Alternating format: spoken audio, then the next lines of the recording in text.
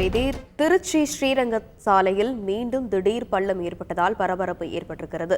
இதுபற்றிய மேலும் விவரங்களை செய்தியாளர் தினேஷ் விவரிக்க கேட்கலாம். வணக்கம் தினேஷ். இதுபோன்ற திடீர் பள்ளங்கள் ஏற்படுவதற்கான முக்கிய காரணம் என்ன என்பது குறித்தான தகவல் ஏதேனும் வெளியாக இருக்கிறதா? மேலும் அங்கு போக்குவரத்து நிறுத்தம் செய்யப்பட்டிருக்கிறது, போக்குவரத்து மாற்றப்பட்டிருக்கிறதா? அது குறித்து வணக்கம். திருச்சி ஸ்ரீரங்கம் திருவானைக்காவல் பகுதியில காந்தி ரோடு சாலை என்று சொல்வார்கள்.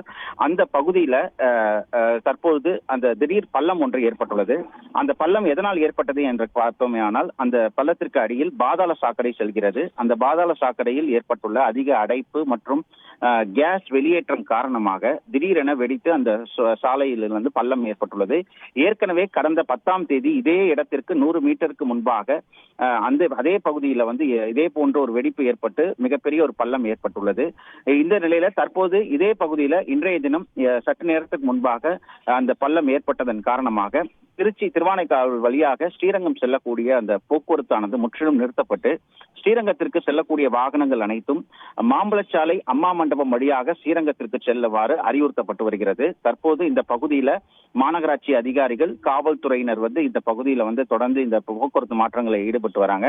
மேலும் இந்த ஏற்பட்டுள்ள இந்த பள்ளத்தை சரி செய்யும் பணியில மாநகராட்சி பணியாளர்கள் தற்போது அதனை ஆய்வு செய்து தற்காலிகமாக உடனடியாக இந்த பகுதியில் போக்குவரத்தை தொடங்குவதற்கான ஏற்பாடுகளை செய்வதற்காக பணிகளை மேற்கொண்டு வருகிறாங்க.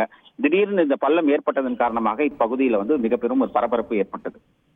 விரிவான விவரங்களுக்கு நன்றி தினேஷ். செய்திகளை உடனுக்குடன் தெரிந்து கொள்ள உடனே சப்ஸ்கிரைப் பண்ணுங்க.